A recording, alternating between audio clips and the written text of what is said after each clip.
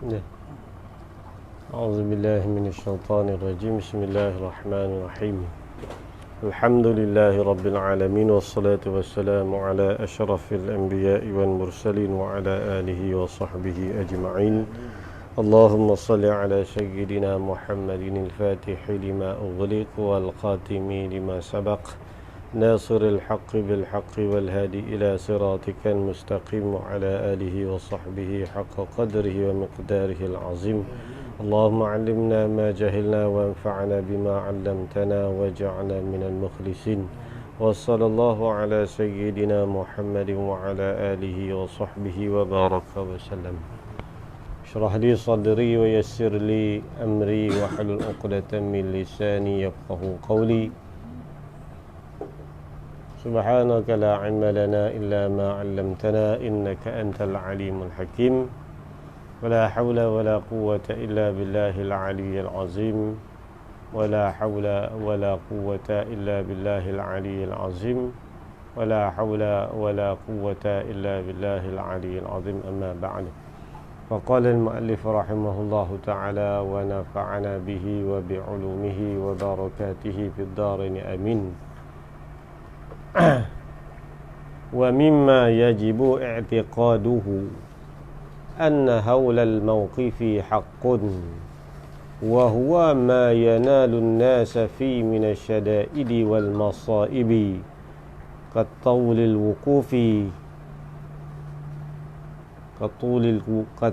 الوقوف وإلجام العرق الناس حتى يبلغ آذانهم ويذهب في الأرض 70 زراعا. Wa mimma yajibu i'tiqaduhu, dan sebahagian daripada perkara yang wajiblah oleh i'tiqad akannya, akan ma tadi ni. Jadi kita sambung berkenaan dengan perkara-perkara sam'iyat, iaitu perkara-perkara yang wajib yang kita beriman dan percaya, iaitu anna hawlal mawqifi, badal pada kata dhamir huma tu akannya apa? Anna haulal mawqifi, akan bahwasanya haulal mawqif.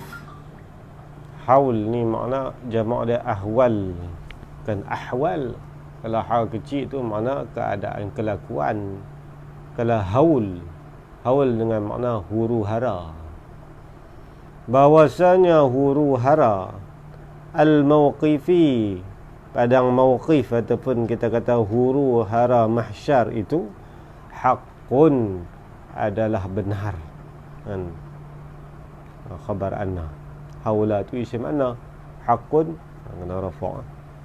Haqqun adalah benar dan pasti akan terjadi. Ini termasuk di dalam aqaidul iman, perkara-perkara yang wajib kita mengetahui dan percaya serta i'tiqad di dalam hati kita setiap mukallaf ini, bahwasanya huru hara kiamat nanti pasti akan berlaku dan ada sungguh. Ini termasuk dalam aqaid ahli sunnah wal jamaah, dan daripada perkara-perkara yang diijma' oleh para ulama, yang perkara ini mesti akan terjadi dan berlaku nanti pada masa yang akan datang, iaitu keadaan padang mahsyar yang penuh dengan keadaan huru hara, bukan padang yang penuh dalam keadaan ketenangan dan bahagia. Ini padang yang kita akan tempuh nanti selepas dibangkitkan semula daripada kubur, kemudian kita akan menuju ke padang mauqif ataupun padang mahsyar, dan dalam keadaan huru hara yang dahsyat. Wahara yang dahsyat, hatta disebut ke depannya hatta para anbiya dan para waliullah pun dalam keadaan takut dan gemetar di dalam hati mereka ni. Apa ni kita akan masuk bicara dalam bab ni bab tajuk kecil ni. Jadi berkenaan dengan percaya ataupun beriman dengan keadaan padang mahsyar yang penuh dengan huru hara, ini satu kewajipan ke atas kita. Wajib kita mempercayai bahawa di padang mauqif nanti huru hara yang amat dahsyat yang kita akan tempuh nanti. wal yaumul akhir thumma haulul mawqifi haqqun fakhaffif ya rahim was'ifi. Dalam matan Jaharah sebut wal yaumul akhir thumma haulul mawqifi. Wajib kita beriman dengan hari akhirat.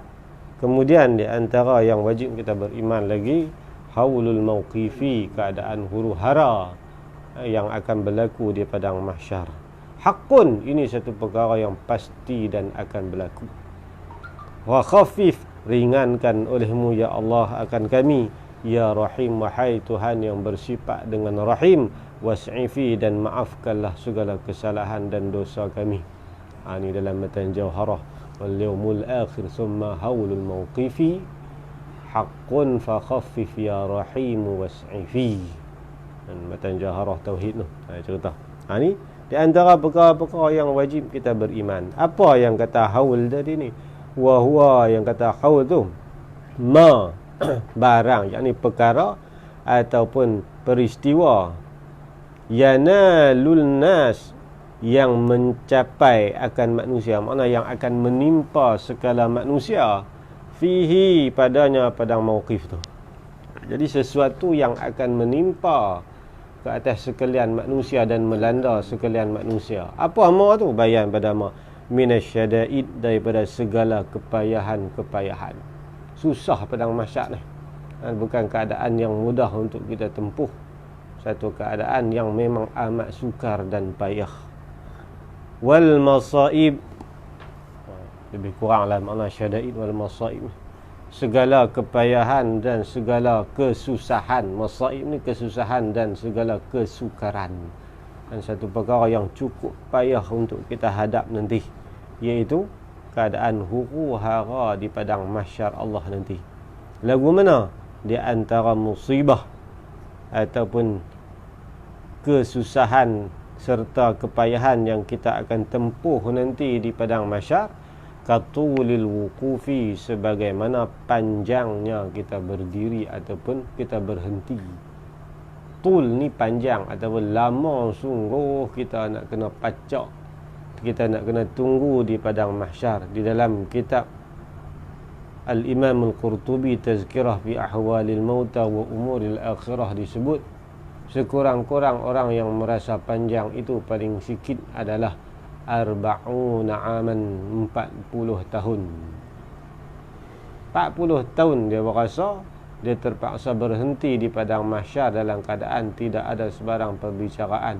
Duk tunggu Allah nak hitung, Allah nak putus sama ada di syurga atau neraka ni lama mana? 40 tahun ila 300 amin, sehingga 300 tahun. Sebahagian daripada ahli mahsyar merasakan dia ni terpaksa berhenti dan menunggu di padang mahsyar sehingga 40 tahun. Ada yang lebih daripada 40 tahun, dia rasa 70 tahun. Lama 70 tahun, 40 tahun pun tak dapat merekod kita. Kan pergi pejabat pos orang kata tunggu saat abang tu. Lama mana cik? 7 jam mampus tong-tong kita. Dengar-dengar lagu tu start betul balik, baik aku balik tidur. Padang mahsyar lebih tidur tau. Dan kena tunggu tang tu juga. Siapa pun tak boleh protes dah. Dan hari itu tak ada siapa boleh menyuarakan pandangan masing-masing atau sebarang perbantahan protes, tak ada siapa boleh protes. Hanya mengikut dan akur kepada ketentuan Allah sahaja. Ini keadaan kita hebat lagu mana atas dunia kita boleh arah orang. Semua orang kena turut cakap kita. Tapi di padang mahsyar tak ada siapa nak duduk lapang turut cakap kita. Kita kena ikut semua hukuman yang Allah telah tentukan. Ini dan tak ada siapa berhak nak protes. Dalam perut pun tak berani protes. Bukan setakat kata bercakap, angkat tangan tak suka apa semua. Malah dalam perut pun tak berani lintah, tak puas hati dengan keputusan Allah. Hari yang penuh ketakutan.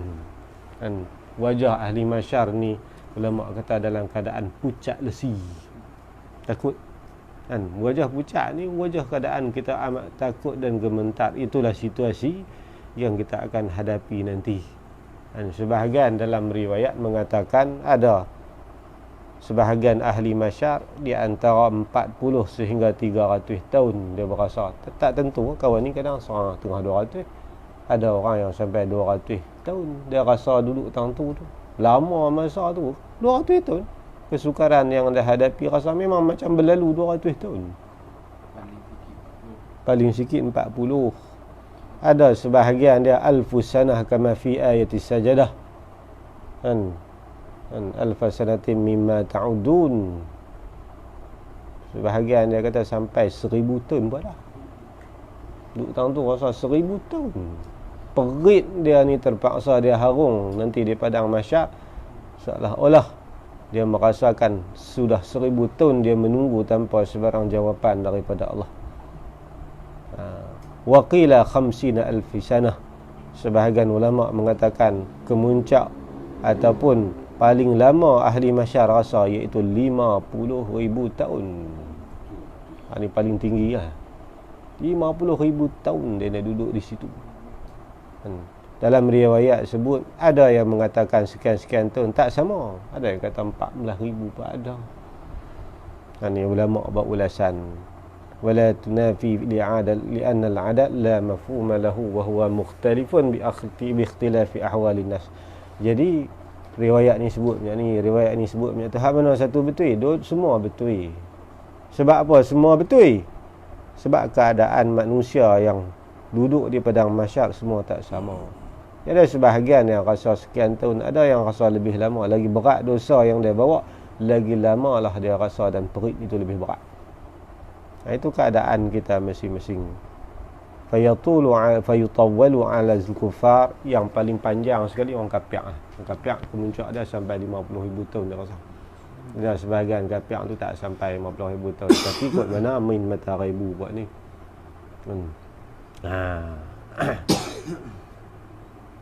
Wa yatasawwatu 'ala al-fusaq. Orang-orang yang fasik banyak melakukan dosa, dia merasakan sederhana. Sederhana dia tahu mana 300 tahun. Sederhana. Ataupun puluhan tahun. Tengok atas dosa lah. Ukuran dosa. Kalau dosa banyak, amalan kebajikan sikit, bergantung atas amalan kita di atas dunia ni. Yang kita nak salah siapa, kita sendiri yang tak mau cari amalan untuk persiap bekal kita nak salahkan orang lain tak boleh. Masing-masing menanggung di atas kesalahan yang dia laku atas dunia. Wa yukhaffif 'ala at-ta'iin. Tapi orang-orang yang taat, amal kebajikan banyak, orang-orang yang soleh, dia merasa ringan sahaja. Makna dalam tempoh masa yang cukup singkat dia berhenti di padang mahsyar itu, kemudian langsung dimulakan perbicaraan kepada ahli-ahli mahsyar. Lama mana dia rasa? Hatta yakuna ka salati rak'atain. Paling soleh orang dia akan rasa dia menunggu di padang mahsyar seumpama sembahyang 2 rakaat sahaja. Ni orang yang berjaya ni macam 2 rakaat lah. Macam salafus soleh. Kita tak payah dia tunjuklah contoh muka kita. Para salafus soleh, 3 kurun di awal Islam, para sahabat Nabi ridwanullah alaihim ajma'in, para alim ulama rahimahumullah, dan para awliya, mereka merasakan sembahyang 2 rakaat sahaja. Orang kafir 40,000 tahun rasa. Ini kesimpulan para ulama buat. Ini bergantung di atas amalan kita lah. Kita nak cari amalan yang meringankan dosa kita. Ini kita pulun masing-masing kesempatan Allah bagi tu. Haqqun fa khafif ya rahimu was'ifi. Hak ni yang kita doa. Haqqun, perkara yang sebenar, yang kata huru-hara ni. Ya rahim fa khafif. Ya Allah ya Rahman, ringanlah atas kami untuk menghadapi padang mahsyar. Was'ifi, dan ampunkan, maafkan. Tambahlah kita buat benar berat. Gantung beg 4 kilo, melokor belakang. Tanggung kita guni padi, bengkok belakang kita. Tengok dosa kita tanggung banyak mana. Orang yang suka merampas tengah orang ni, Allah gantung dunia di leher dia. Ambil sejengkai tanah orang dulu, ukok dia kira nak. Dan dipenjara oleh peluh akan manusia. Peluh tu mengazab akan kita.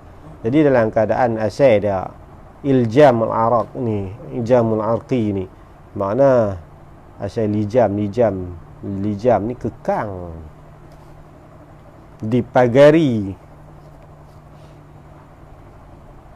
ataupun dikekangi akan oleh peluh akan manusia. Mana manusia ini masing-masing atas sekadar dosa yang kita bawa pergi di sana. Kalau orang yang dosa kecil, saya sebut dah dalam kitab Qurtubi dulu, orang yang paling ringan dosa dia seumpama orang yang masuk tempat mandi buat panas peluh kan, pecah peluh macam kita duduk tempat malam angin tak ada, dia meruap tu lah pecah peluh besar kan. Teratu saja orang-orang yang dosa tak banyak. Baliknya orang-orang yang amal kebajikan banyak, mereka tak rasa ni kan. Orang-orang yang dapat berimpun ataupun Allah beri pertolongan, dapat duduk di bawah bayangan naungan arasy Allah, ni mereka tak rasa. Siapa golongan tu dalam kitab kita ni akan sebut ada 7 lagi kan. Kita baca lagi lah ke depan tu dalam hadis Bukhari Muslim tu, sab'atun yudhilluhumullahu fi dhillihi yawma la dhilla illa dhilluhu. Itu hadis tu ke bawah sikit. Kita akan cerita ni golongan ni tak rasa ni, peluh-peluh ni tak ada. Ni golongan yang buat dosa lah kan. Tengok atas dosa, sukatan dosa, ada yang dosa paling sikit dia rasa lagu tu lah. Dosa dia nisbah pahala dia banyak kan. Dosa dia tak sempat dia nak taubat, ada dosa tapi pahala amalan dia banyak. Dia semayang rajin, puasa pun tak tinggal, semayang tak tinggal, zakat pun dia keluar cukup kan, haji pun dia pi, tapi biasalah tanglak ni kan. Dia buat dosa juga kan, pahala amalan kebajikan dia banyak. Dia akan rasa sekadar mana peluh akan mengekang dia. Peluh ni disebut oleh para ulama huwa alladhi huwa antanu minal jifah.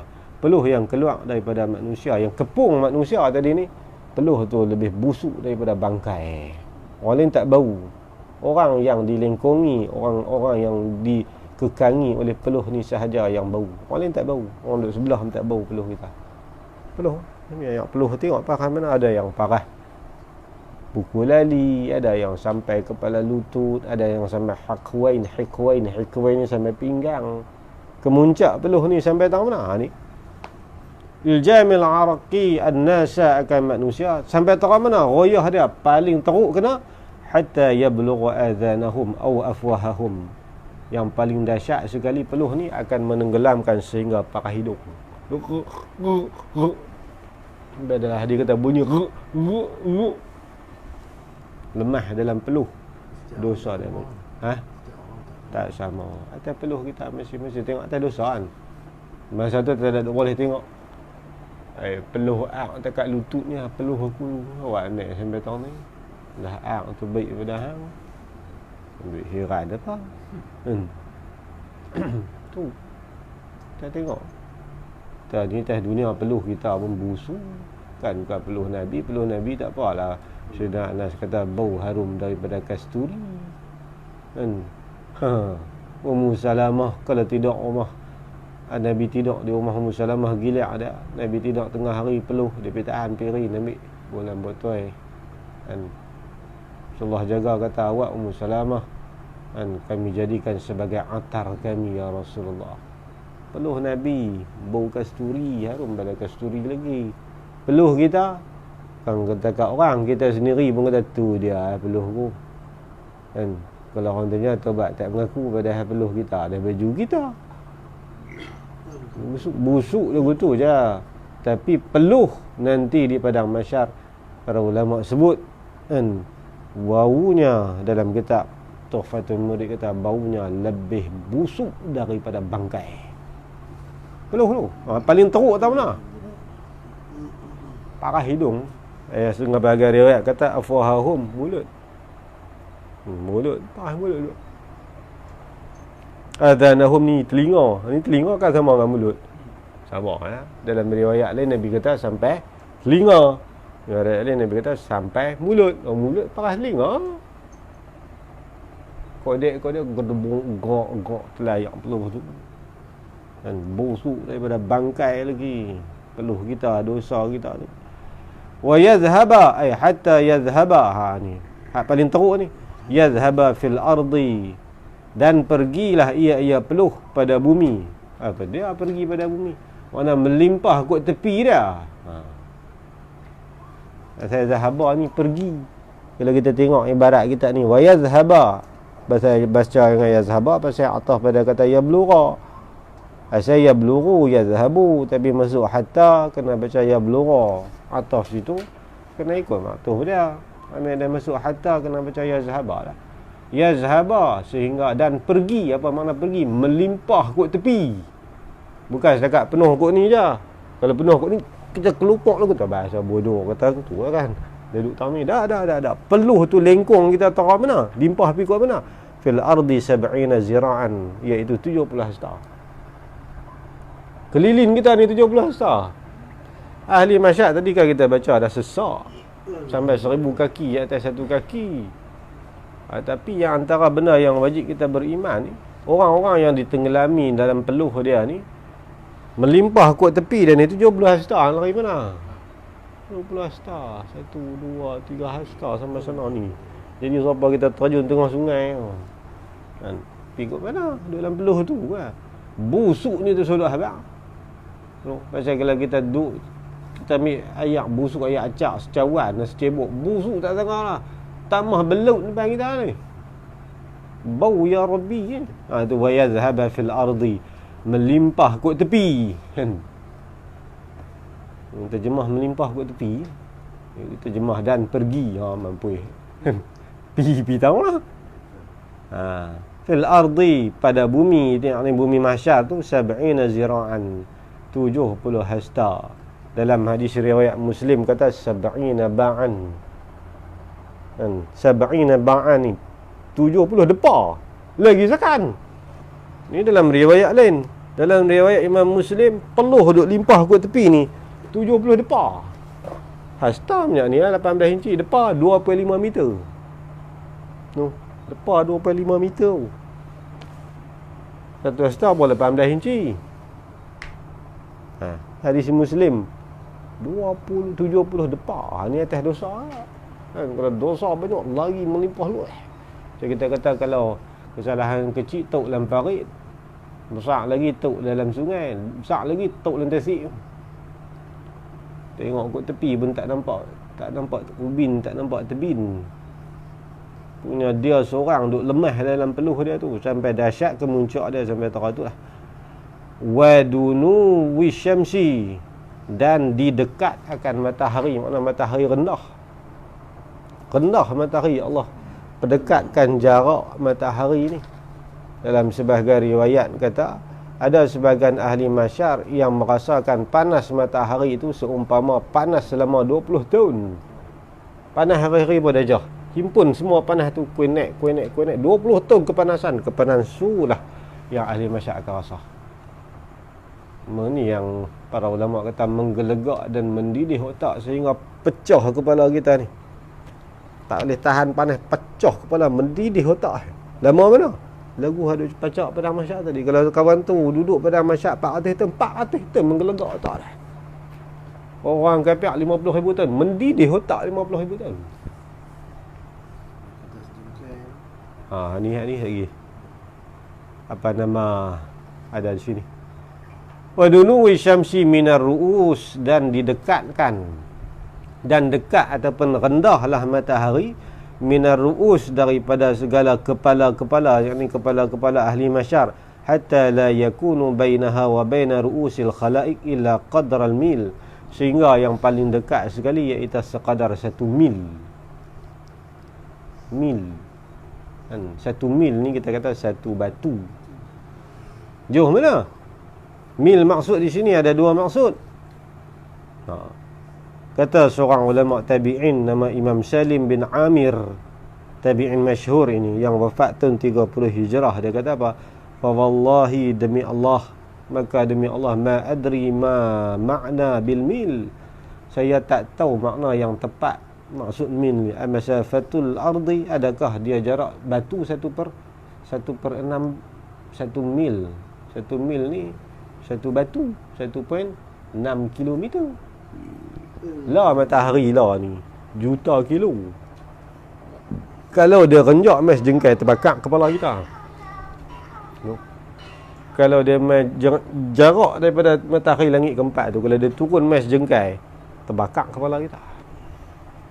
Dalam kitab Qurtubi kata, kalaulah matahari ahli masyar itu, matahari lah buat sekali lah, sedar dia buat, kering habis ayak dalam bumi, bukit-bukit hancur gitu ya.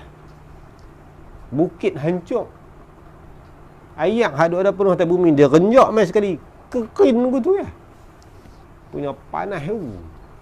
Kan hal lagu tu ahli masyak rasa kepanasan yang begitu. Tak pecah kepala kita lagu mana. Hangat ya Allah.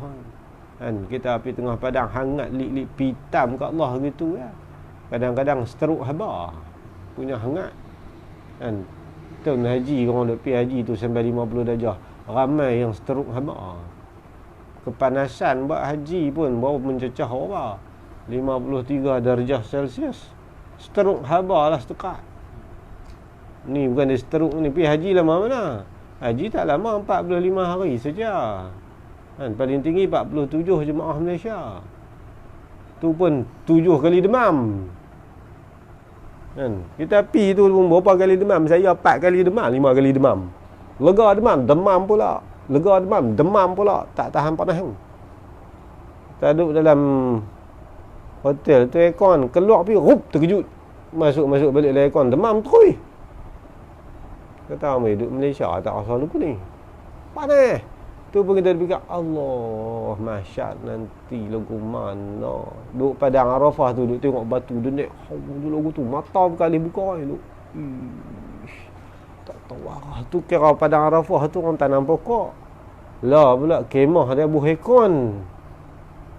Kan nak terkencin pi dalam zaman Allah hayak siapa orang mendidih, hangat ya Allah. Masuk dalam jamban tu nak buka kencin, dia hangat wak ni. Sama-sama duduk tak ada apa lama peluh gitu ya. Kan basuh pun tak tangan kecak baru boleh besok. Berapa air hangat tu.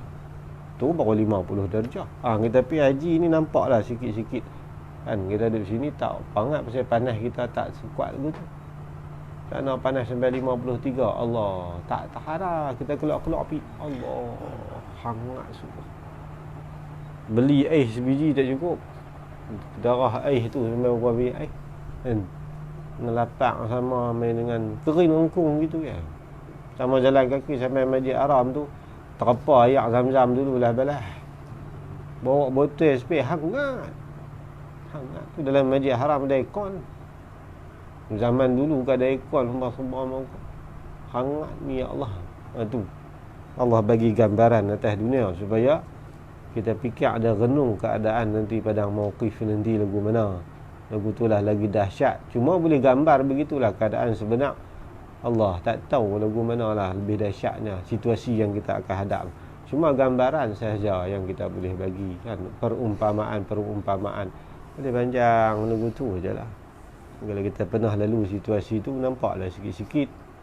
Akhirat lalu pituk sana nanti Jombak tahu ke mana. Qadar al-mil, dia kata yang pertama sekadar 1.6 kilo. Ataupun satu lagi maksud al-mil ladhi yuktahalu bihi. Tapi kebanyakan ulama kata iaitu satu batu 1.6 kilo sah.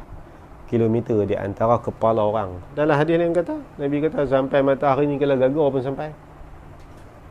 Ini ikut atas dosa kita. Yang paling dahsyat sekali mil, iaitu panjangnya besi pencelak yang mencelak biji mata manusia. Biji pencelak panjang tu aku takkan nak buat panjang tu. Biji mata kita besar mana ya. Mesti tu kita ada palian. Orang duk buh celak tu. Panjang tu lah lebih kurang. Matahari dia lebih kurang. Ini paling dahsyat sekali. Tu yang orang tua kata matahari jengkai atas kepala. Tu bahasa kata sejengkai ni paling pendek kan. Tu paling pendek tu yang kata Imam Salim bin Amir kata, saya tak tahu murad dengan kata mil itu punya mana. Ada dua maksud kata imam besar ini, iaitu di kalangan tabi'in masyhur di awal pada Hasan Basri ni, Imam Salim bin Amir ini. Dia wafat pun tahun 30 Hijrah. Tahun 30 Hijrah, era pemerintahan Sayyidina Umar. Era pemerintahan Sayyidina Osman. Dia meninggal. Kenapa nak? Kan? Dia lebih kurang lah, lebih kurang Uwais Al-Qarni lah. Kan? Sejagan tu je. Dia kata saya tak tahu hak mana betul, tapi kebanyakan ulama mengatakan iaitu satu batu, iaitu 1.6 kilo. Tapi ada ulama yang kata satu besar tu, yang kata sejengkai atas pula. Bahasa Melayu kita kata sejengkai, makna jarak yang cukup dekat. Nabi kita kalau gagal sampai matahari, dia panas dia tu. Kes panas ni lah yang terbit peluh ni. Bila kena panas tu, ni peluh ni. Wa tatayuril kutubi wa akhziha bil aymani wasyama'il. Ni perkara-perkara yang sukar dan payah yang kita akan tempuh lagi, iaitu tatayuril kutub, diberi akan kutub, terbang oleh angin yang kita baca itu ni. Wa akhziha, dan mengambil akannya, akan suratan amalan kita, bil aymani wasyama'il, dengan tangan-tangan kanan ataupun tangan-tangan kiri. Dan tangan kiri, sebahagian orang yang terima suratan amalan dia di sebelah pihak tangan kanan dia ambil, sebahagian tangan kiri. Waluzumuha al-a'naqa, dan melazim akannya, akan kutub, akan segala tengkok-tengkok manusia. Angin bawa selalu masuk di kepala kita, kemudian malaikat ambil dan serah di depan semua makhluk Allah, sama ada kita akan terima belah tangan kanan ataupun terima dengan tangan kiri, ataupun kita kata terima daripada pihak belakang, yang mana dihulur oleh malaikat daripada pihak belakang, diambil dengan tangan yang kiri. Wa amma man utiya kitabahu biyaminih wa sawfa yuhasabu hisaban yasira wa amma man utiya kitabahu wara'a zahri fasawfa yad'u subura wa yasla sa'ira. Al-Quran cerita sebab kita terima suratan amalan tu. Yang kita baca dah tu ni. Wal mas'alati, dan sebagaimana permohonan ataupun permintaan ahli masyar.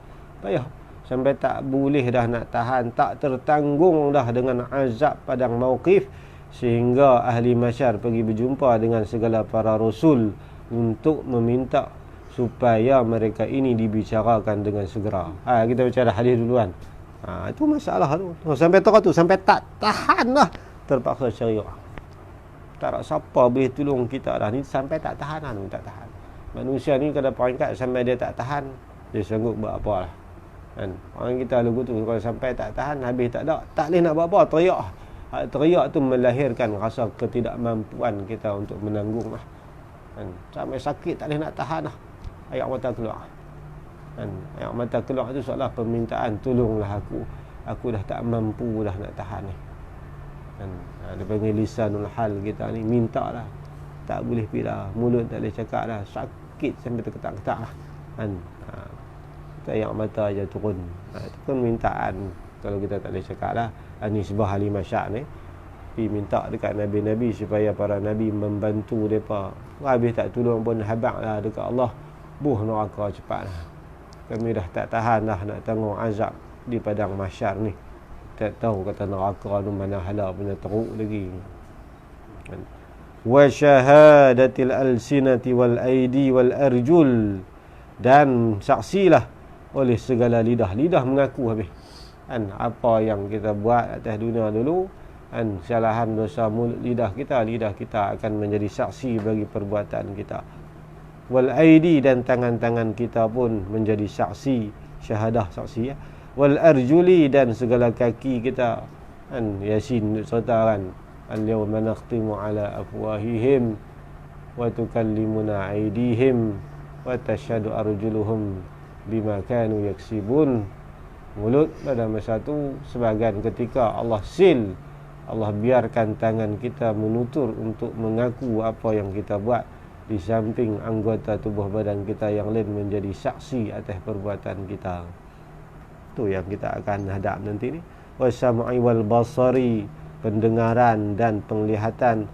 Wal juludi, malah kulit tulang temulang kita pun akan menjadi saksi atas perbuatan kita. Wal ardi, bumi yang tempat kita buat maksiat pun bumi tu akan menjadi saksi. Tak sedut lari lah. Kan, hang buat jahat di mana? Pi di Syam, siapa pun tak tahu. Bumi Syam tu jadi saksi lah. Buat jahat di mana? Di Genting, Genting tu akan jadi saksi nanti. Allah panggil, betulkah bumi dia Allah di bumi aku ni lah, di tempat aku ni lah dia buat sekalian maksiat sekian. Nabi tahu lah tu Tuhan cabak. Tuhan kata kalau hang tak mau taat perintah aku, keluar daripada bumi milik aku ni. Nabi dia tahu lah. Ada merdak apa kita, ada tanah pun orang tua tinggal ya. Masa hang boleh beli banglo 40 biji hang sang kaya kan. Ni semua benar-benar tu akan menjadi saksi. Walaili wan nahar, malam siang menjadi saksi ke? Bumi tempat kita buat maksiat pun jadi saksi. Selain daripada anggota tubuh badan kita ke semua jadi saksi. Laili wan nahar, siang malam pun jadi saksi lagi. Nak dari mana bukti yang cukup kukuh dakwaan ni kan? Atas dunia boleh lah, di akhirat jenuh lah, nak berlepas gua. Wal hafazatil kiram, dan malaikat-malaikat hafazah yang mulia. Wa taghayyuril alwan, dan berubah muka-muka. Laun makna warna. Mana muka-muka ahli masyar, orang yang melakukan dosa ni semua pucat lesi. Tanda melakukan kesalahan. Mana dalil dia? Qala ta'ala, firman Allah Ta'ala, ya ayyuhan nasu taqu rabbakum inna zalzalas sa'ati syai'un azim. Ya ayyuhan nas, wahai segala manusia. Asal ayat ni turun kepada ahli Mekah kan? Dia dalam ayat Quran dia panggil ayat makiyah. Lalunya ayat makiyah ni Allah khitab ya ayyuhan nas. Kalau ayat madaniyah ya ayyuhallazina amanu. Itu di antara ciri-ciri ayat makiyah dalam ulum Quran ataupun usul tafsir. Antara yang dibincangkan para ulama ialah ayat makiyah dan ayat madaniyah. Ayat makiyah ni ayat yang turun ma nazalat qabla al-hijrah, sama ada turun itu di bumi Mekah ataupun lain pada bumi Mekah, tapi diturun itu sebelum daripada Nabi hijrah, maka dinamakan ayat makiyah. Ada pendapat muktamad gitulah. Ma nazalat ba'da al-hijrah, itu dinamakan ayat madaniyah dalam ulum Quran. Ni ayat makiyah ni. Ya ayyuhan nas, wahai mana-mana dari kalangan manusia. Makna wahai segala manusia. Masuk belakanglah, sama ada ahli Mekah ataupun orang lain pun. Ittaqu rabbakum, takut olehmu akan Tuhan kamu, yakni akan azab Tuhan kamu, dengan bahawa kamu taatkan Allah dengan melaksanakan segala perintah dan meninggal serta menjauhi segala larangan dan tegah. Tu maksudnya. Apa yang Allah akan beritahu dalam ayat ni? Inna zalzalas sa'ati syai'un azim, bahawasanya zalzalah kan, zalzalah ni asal makna gempa ataupun gegak gempita.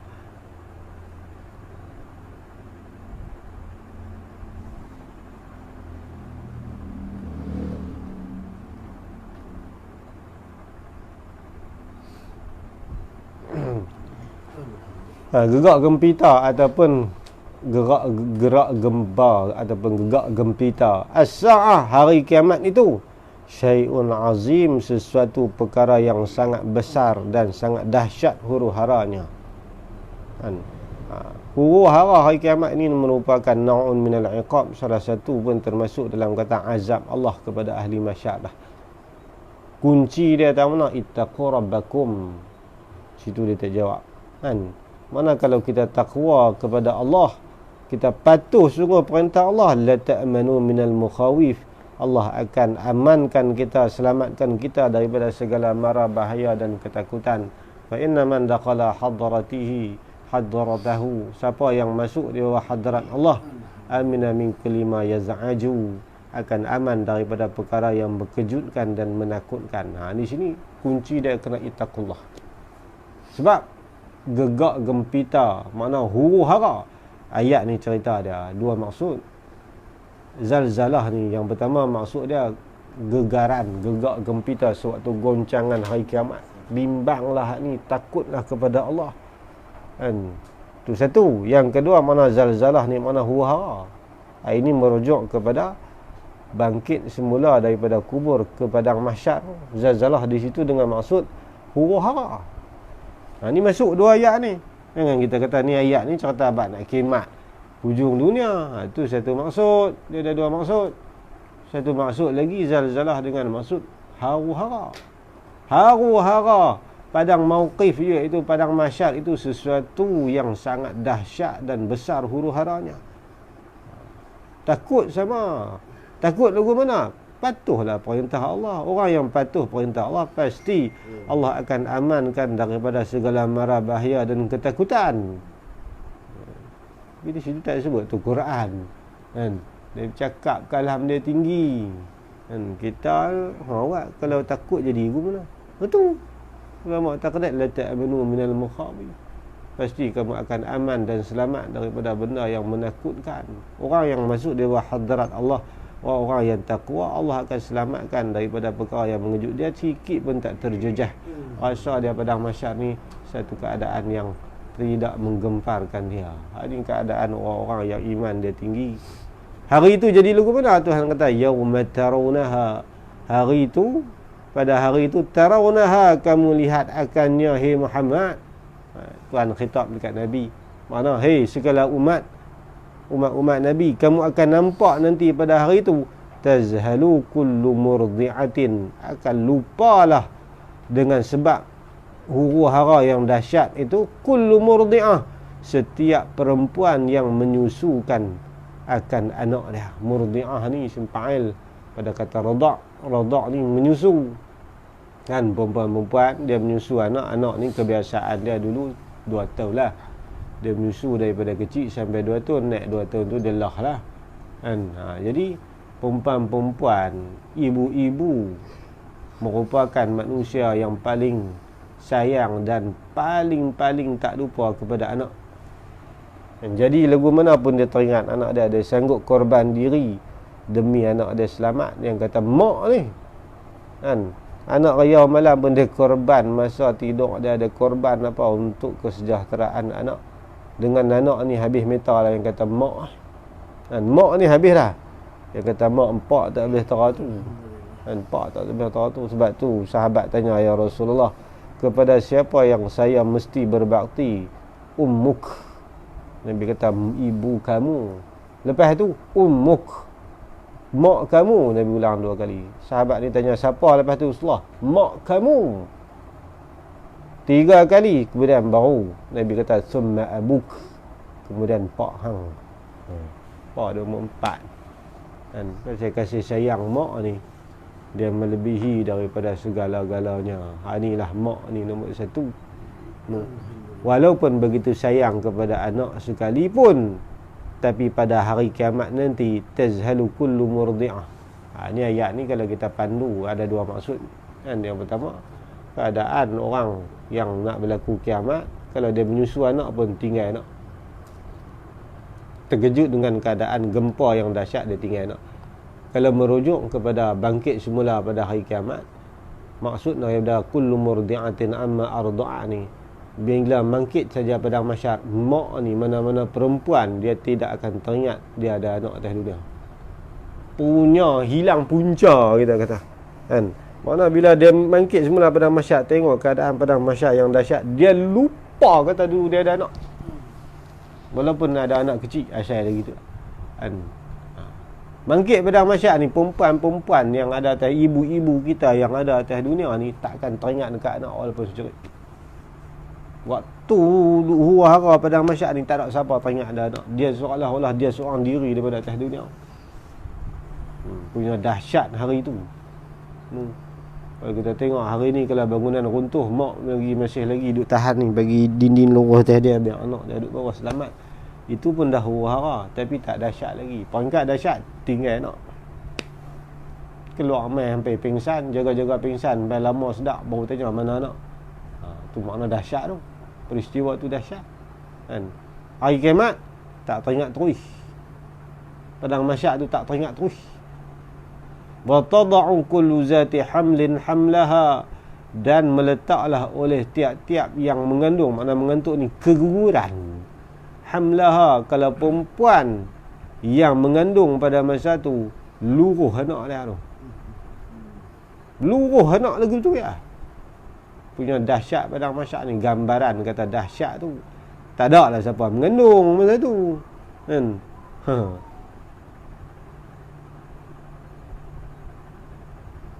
Abang peristiwa kinayah pada kata dahsyatnya hari itu kalau mengandung pun luruh gitu ya.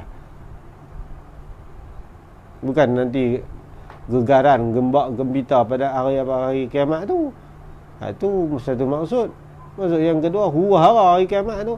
Kalau mengandung bijalah tu luruh gitu ya. Kalau perut tengah ada mengandung tu. Masa tu Tuhan kata wataranna sukara, kamu melihat akan segala manusia Muhammad sukara, dalam keadaan mabuk, ay min syiddatil khauf, dalam keadaan tidak. Wahara ni dia punya sukara ni macam orang mabuk. Kan, orang mabuk. Padahal Tuhan kata wa ma hum bisukara, padahal mereka ini tidak mabuk. Makna mereka punya mabuk, takut tu jadi tak tentu arah. Lagu tu seronok kata ni pasal sebab takut. Wa ma hum bisukara, padahal tidaklah mereka itu nas tadi ni bisukara bi'ai minasyara, bukan mabuk ke minum mabuk, dah mabuk dengan sebab dahsyatnya hari kiamat tu. Walakin azaballahi syadidun, akan tetapi azab Allah itu bersangatan dahsyat dan bersangatan hebatnya. Yang kata apa nama padang mauqif dia punya huru-hara. Ayat ni cerita dalam hadis. Ayat ni turun tahun yang kelima daripada hijrah. Pada masa tu Nabi keluar berperang dengan sahabat lebih kurang 1000 orang. Pergi satu tempat nama Muraisik. Peperangan di Muraisik, dia panggil peperangan Banu Mustalik. Banu Mustalik satu kabilah. Nabi pergi perang dengan mereka, bapak Yahudi Bani Mustalik ni. Nabi pergi di situ bulan Sya'ban tahun kelima daripada hijrah. Tahun kelima ni mana sebelum patah Mekah lagi. Nabi bawa lebih kurang 1000 orang, termasuk orang yang berkuda dan juga jalan kaki. Di Muraisik, satu tempat nama Muraisik, pergi perang dengan puak Bani Mustalik ni. Tapi akhirnya puak ni lari dan minta tolong. Minta tolong selendar lah dengan orang-orang Islam. Nabi pergi 1000 orang. Masa Nabi duduk dengan para sahabat di Ghazwah Bani Mustalik ini pada waktu malam, dalam hadis kata fanada Rasulullah sallallahu alaihi wasallam an-nas, Nabi panggil para sahabat hatta kanu hawlahu, sampai semua para sahabat lebih kurang 1000 orang ni pakat berhimpun lengkung Nabi ke semua. Faqara'ahuma, Nabi baca dua ayat ini, ya ayuhan nas ittaqu rabbakum inna zalzala sa'ati syai'un azim. Tu ayat yang pertama. Ayat yang pertama, yauma tarawunaha tadhhalu kullu murdi'atin. Tu ayat yang kedua. Dua-dua ayat ni Nabi baca dalam di Muraisik tu. Falam yara bakiyan aktsara min tilkal lailah, maka kata perawi hadis ni, sahabat kata kami tidak pernah melihat manusia gelak teriak dengan begitu banyak sebagaimana malam tu. Mana turun ayat ni para sahabat seluruhnya teriak. Tu para sahabat Nabi, ayat Quran turun kat depa teriak basah bumi Muraisik dengan ayat mata para sahabat Nabi. Ni turun ayat ni. Takut para sahabat Nabi. Kita hadu ujung tak berasa takut ke? Para sahabat Nabi iman mereka jitu dan kejak. Mereka takut apabila turun ayat ni. Nabi baca ayat ni teriak semua. Falamma asbahu, duk pagi esok bila Nabi baca malam. Pagi esok lam yahtu al-suruju 'anid dawab, lampu-lampu yang mereka nyalakan sekitar binatang-binatang ternakan tak padam. Lupa nak padam. Walam yadribul khiyam, dan kemah-kemah pun tak bina. Buat kemah, kita kata kalau kemah dah dibuat, dinaikkan kemah, bangkit pagi esok kemah tak ada siapa simpan pun. Walam yatbakhu, dan sahabat Nabi yang diberi tugas untuk masak pun tak masak. Wa nasu min baini bakin wa jalisin hajin. Hadis Nabi kata, para sahabat kata seluruh para sahabat dalam keadaan sentiasa menangis sampai pagi, wajalisin hazin, dan duduk dalam keadaan orang yang sangat-sangat kesedihan, mutafakir, dan dalam keadaan memikirkan dua ayat yang turun pada malamnya. Turun dua ayat ni, para sahabat tak tidur malam, teriak sampai pagi esok, basah habis tanah-tanah, sampai kemah-kemah pun tak ambil peduli, masak nak makan pun tak dan nak masak lah. Duk fikir ayat ni turun, mereka nak hadap nanti di depan Allah lagu mana. Kita hadap belakang ni tengok lagu tu, habis kuat cerin bila ada 15 minit kan. Daripada tu hilang pergi dengan ayat 14 tu. Teruk lagi bila tengok ayat lagu ni, tak apa kot, orang lain ramai-ramai, insya-Allah kot Allah selamat. Sahabat Nabi doa bila turun ayat ni, seolah-olah mereka yang akan hadap, mereka yang akan jadi macam ni. Itu situasi para sahabat Nabi. Itu iman dua generasi yang berbeza di awal kurun. Bila turun ayat cerita bab-bab ni, para sahabat merasakan mereka adalah si pelaku dosa tu kan. Dan bila cerita bab neraka, bab syurga, minta bagi Allah Ta'ala kat Nabi tu, minta supaya Allah masukkan mereka dalam syurga. Mereka tak kata, puak sahabat kami lah dulu, takkan puak belakang masuk lekut kan. Tak ada sikat-sikat gitu. Kita ni nak rasa lagu nak selamat, tak tahu lah, terkam atas kepala kita lagu mana. Itu dalam suratul Hajj Allah sebut. Wa qala ta'ala, dan dalam ayat yang lain, yauma yaj'alu wildani shiba, pada hari menjadi ia akan kanak-kanak shiba, dalam keadaan beruban. Mana mangkit untuk menghitung, untuk menghadapi hari kiamat ni, budak-budak beruban habis kepala beruban.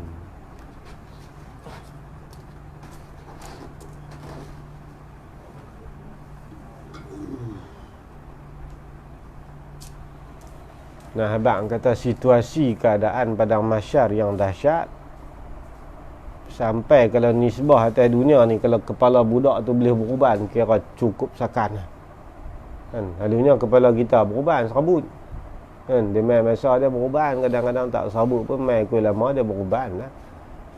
Tapi beruban sampai sebelum masa beruban ni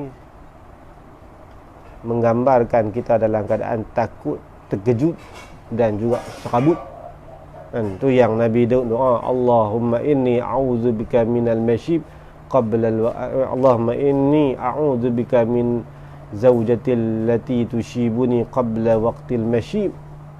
Ada 4 doa yang Nabi Allah Daud alaihi salam minta berlindung dalam kitab Maraqil Ubudiyah. Ada cerita Maraqil Ubudiyah, syarah bagi Bidayatul Hidayah.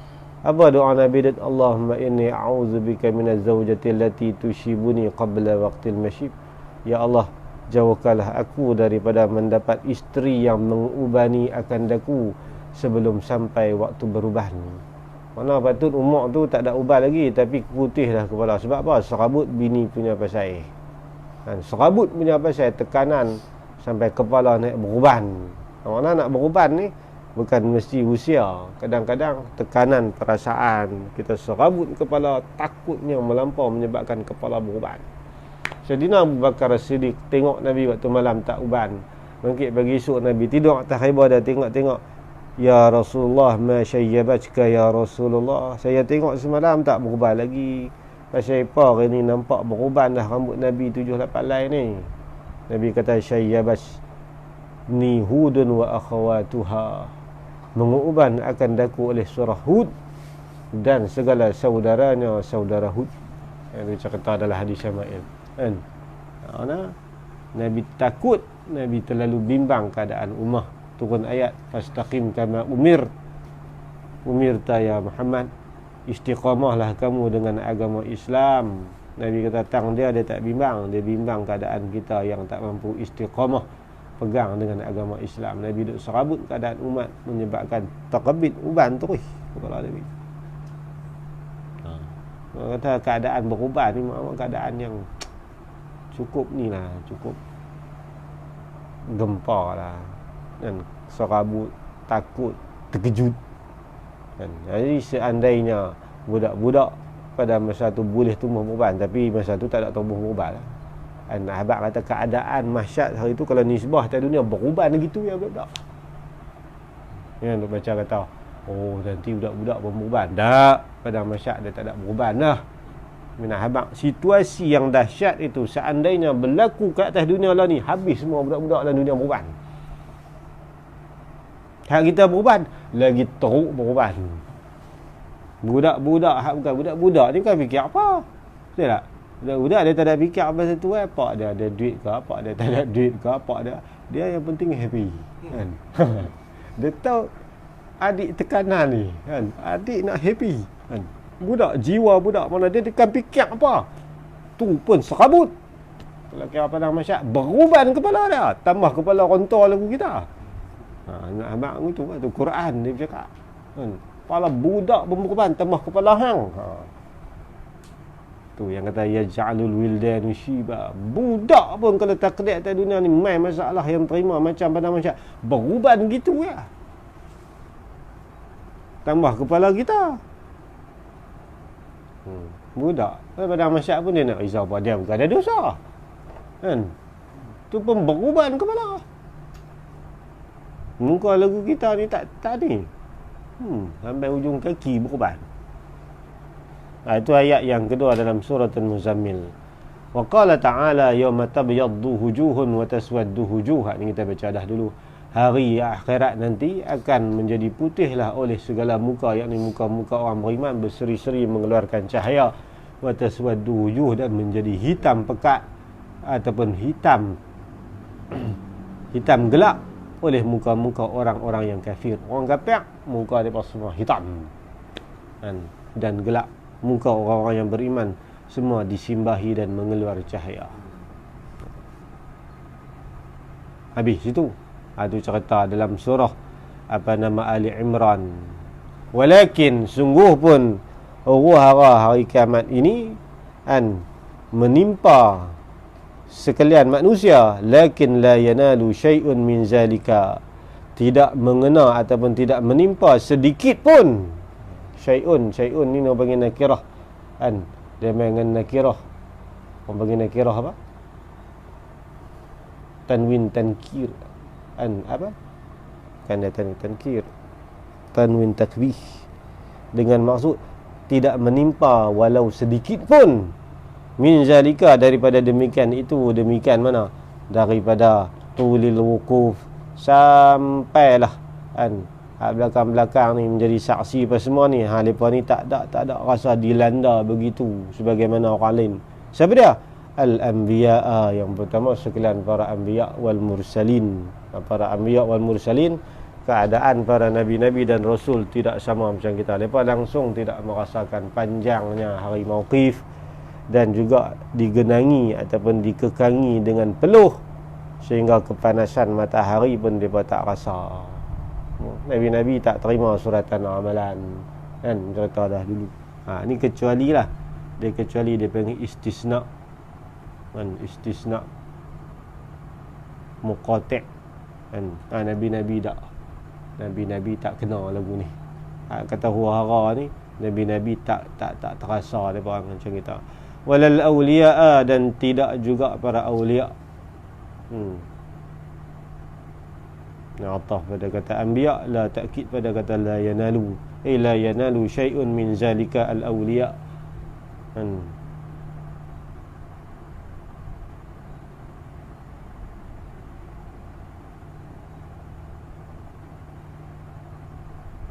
Para awliya, waliullah. Wali ni panjang percaraan. Dia banyak martabat wali-wali. Paling tinggi Sultanul Awliya, Qutbul Ghaus, Wali Aqtab, Wali Autad, Wali Nujaba, Rijal, macam-macam lah. Dia punya makam-makam awliya ni kan. Ada makam 30 laki-laki hati sebagai Ibrahim. Dia macam-macam. Kalau kita nak tengok secara detail makam-makam para wali ni, buka dalam kitab Jami' Karamatil Awliya bagi Yusuf Ismail An-Nabhani. Ada 2 jilid. Ada dia cerita belah awal tu peringkat-peringkat waliullah yang Allah berikan kepada khusus umat Nabi kita ni, dan darjat-darjat para wali ni. Adalah cerita dalam tu, panjang cerita. 40 muka, 100 muka surat dia cerita. Peringkat-peringkat waliullah, 30 laki-laki apa semua tu kan.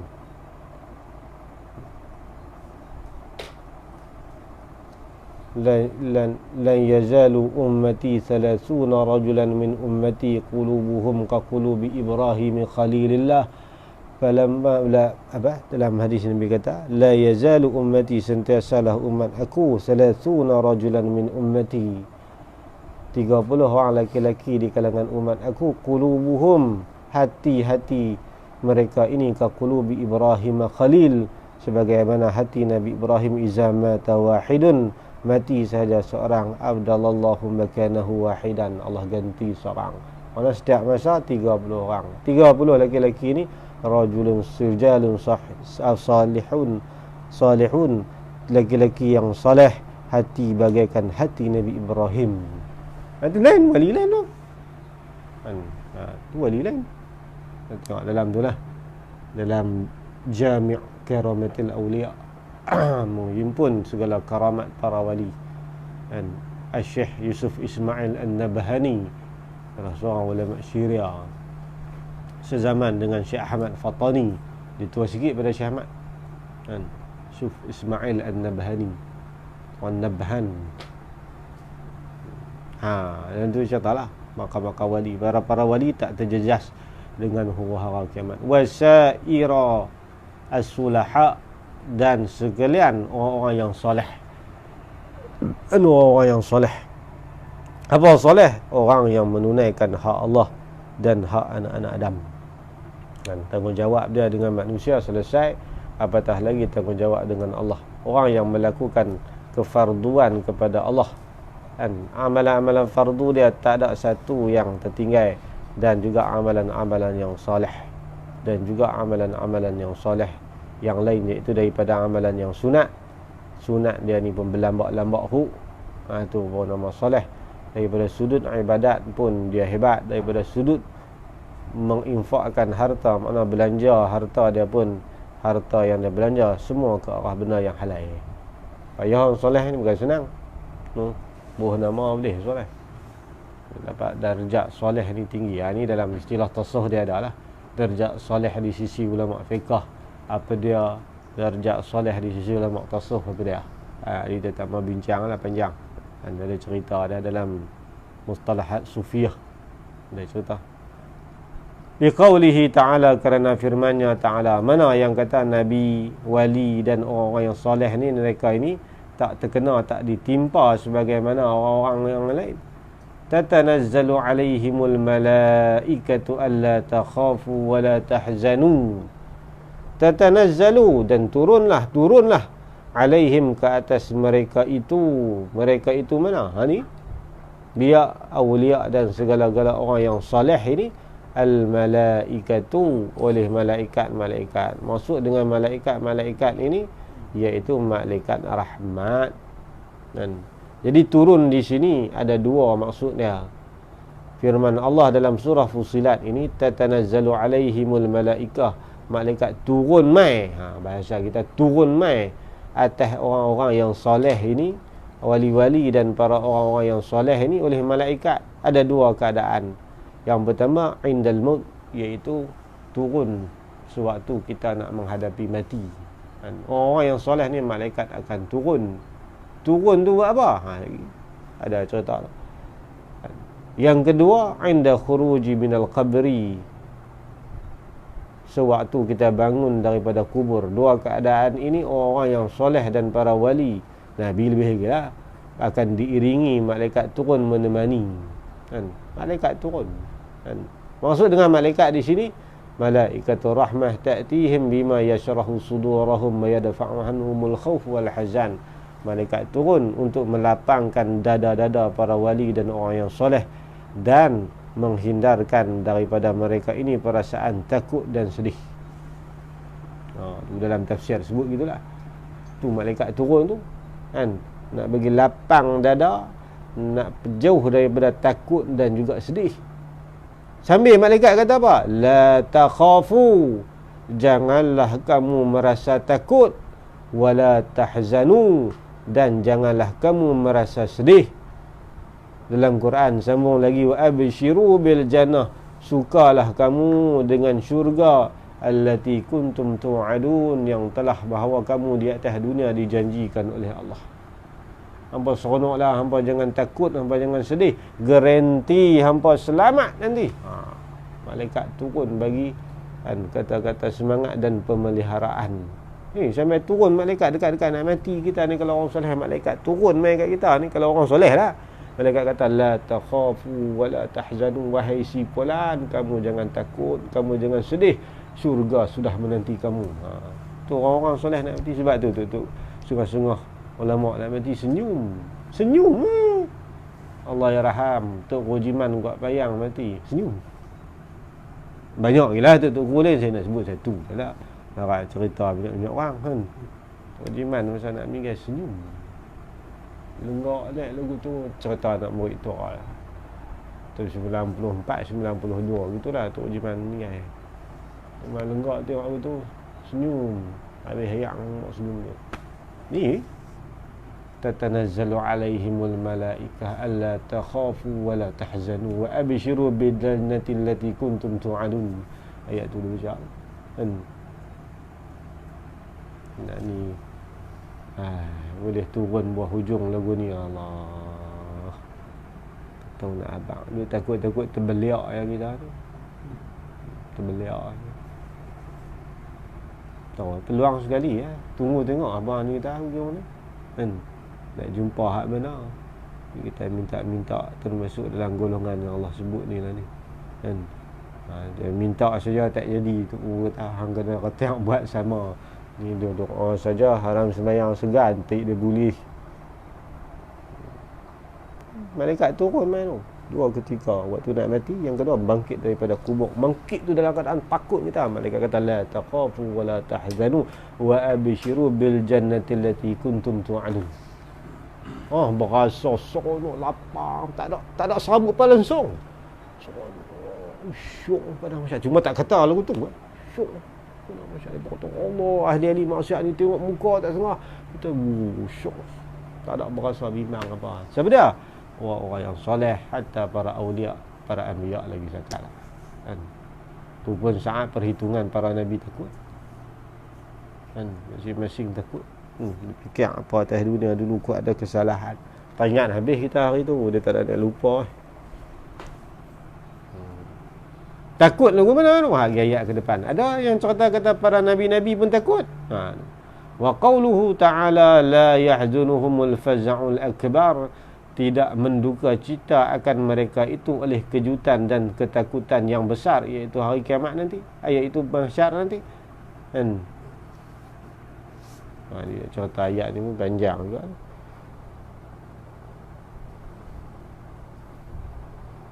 Allah gambarkan, Allah ceritakan orang-orang yang soleh dan para awliya, hatta para anbiya, tidak menduka cita langsung dengan keadaan terkejut ataupun ketakutan yang dahsyat, yang besar ini. Dan mana?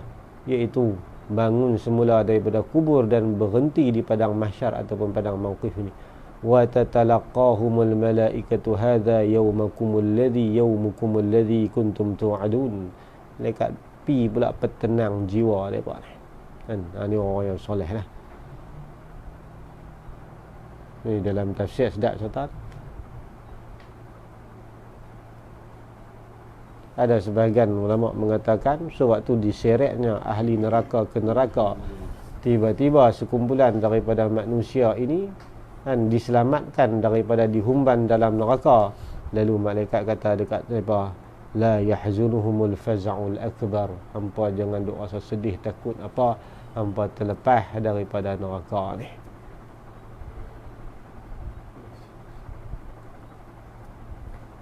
Ini antara wara dia lah.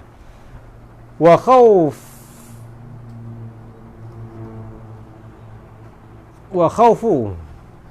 khawful anbiya'i, dan bermula takutnya para nabi. Bukan kata ada riwayat kata nabi-nabi rasul pun takut hari itu. Wal malaikatu, dan para malaikat Allah tu, yauma idzin, pada hari itu, yakni hari mahsyar ni. Ada riwayat nabi kata para nabi malaikat Allah pun takut. Lepas tu takut lepas tu lagu mana? Khawfu ijlalin wa i'damin, iaitu takut kerana mengagungkan dan membesarkan Allah.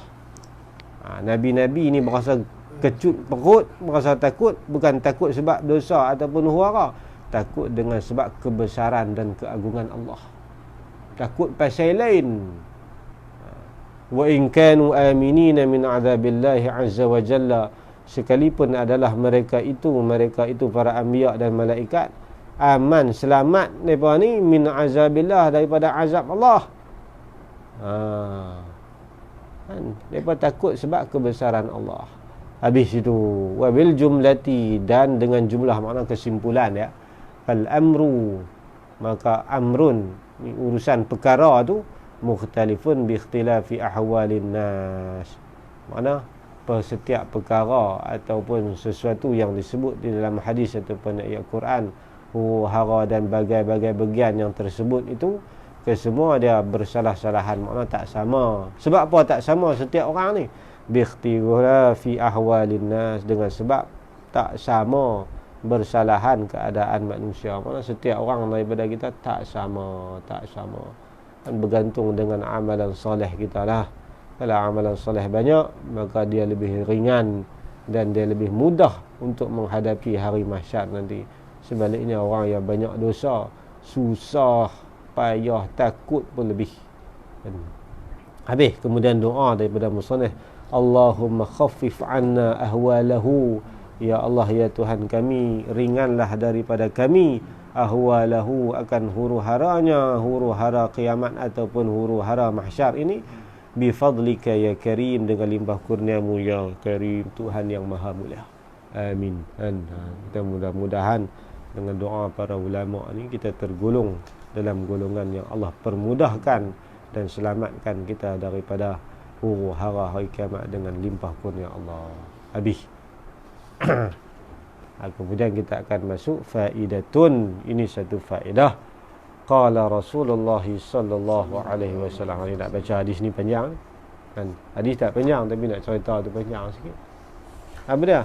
Hadis berkenaan dengan 7 kelompok, 7 kumpulan ataupun 7 jenis manusia yang akan selamat daripada panasnya hari kiamat nanti, iaitu mereka yang Allah naungi di bawah naungan Allah.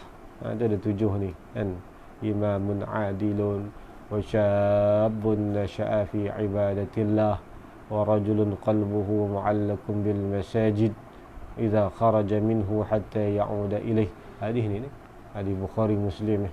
Ada 7 golongan yang mereka ini akan duduk di bawah naungan Allah nanti hari kiamat. Nampak ni langsung tak berasa panas walaupun sikit. Ada 7. Tapi 7 ni payah Tuhan. Oi. Payah.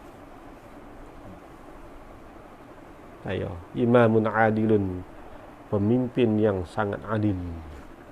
Saya tahu lah kan, dia kata pemimpin yang adil ni bagaikan bulu putih pada burung gagak hitam. Saya tahu lah. Dan bulu yang hitam pada burung gagak yang putih. Payah kan. Para qadi, para penghukum di atas dunia ini bangkit di padang mahsyar. Hatta para qadi, Nabi kata dia berdoa supaya alangkah bahagianya aku sekiranya atas dunia dulu aku tidak pernah menghukum pada sebiji buah tamar. Dia minta dia tak pernah mengadili sebarang penghukuman atas dunia walaupun kes sebiji tamar. Tu qadi kan. Apatah lagi imamun adil, pemimpin, imamul a'zam ni kan. Setiap yang kita pimpin pasti Allah akan soal kita. Ini masuk ni secara umum dia sebut hak besar. Nombor 1 imam adil. Hak ni paling payah pada hak lain. Ya, imam adil. Sebab tu Sayyidina Umar, sebab tu dia kena tikam 4 hari dia nak mati. Mesyuarat para sahabat Nabi untuk melantik anak dia Ibnu Umar.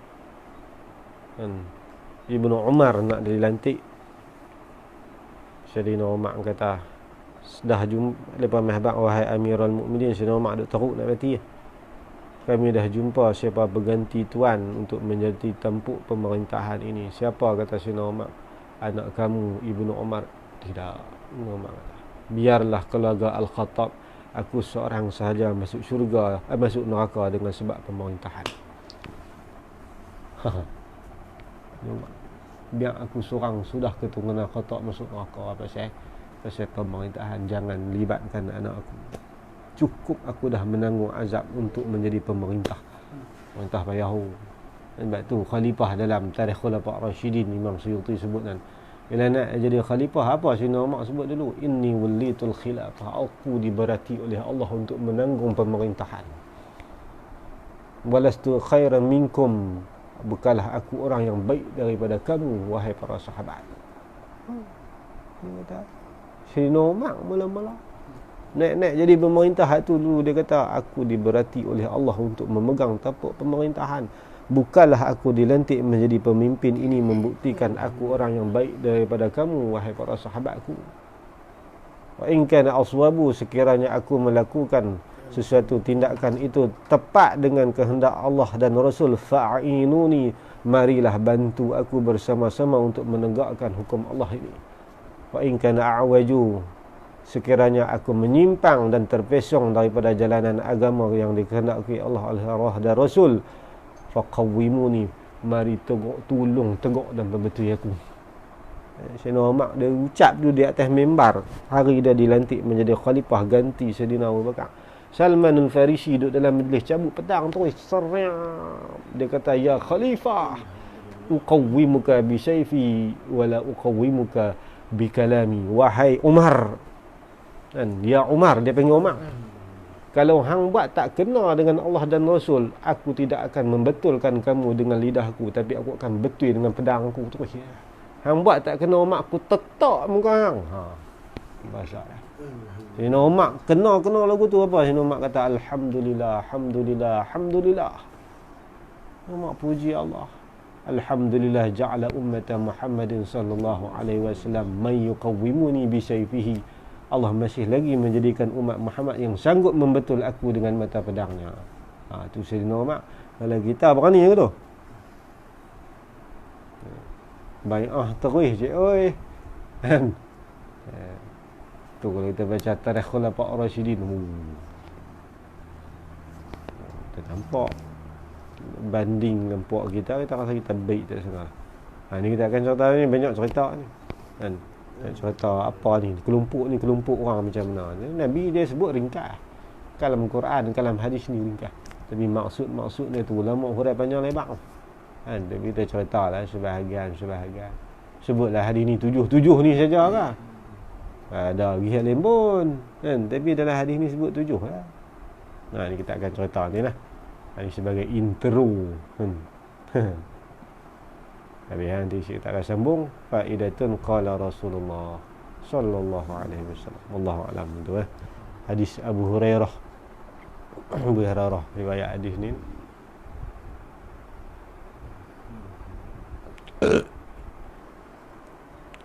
Alhamdulillah. Tak ada soalan apa kot. Tak ada. Tak ada lebih juga.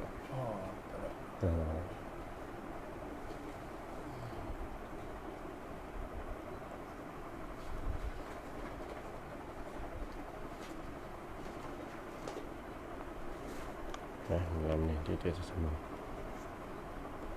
Tak mau baca lah.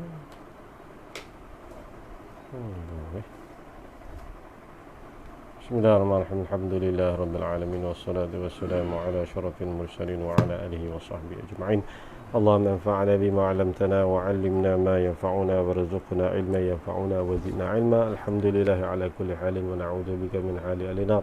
Allahumma inna na'udzubika min 'ilmin la yanfa' wa min qalbin la yakhsha' wa min 'amalin la yurfa' min du'a'in la yusma'. Na'udzubika min ha'ula'il arba'. Wa sallallahu ala sayyidina Muhammad wa ala alihi wa sahbihi wa baraka wa sallam. Walhamdulillah rabbil alamin. Taqabbalallahu minkum.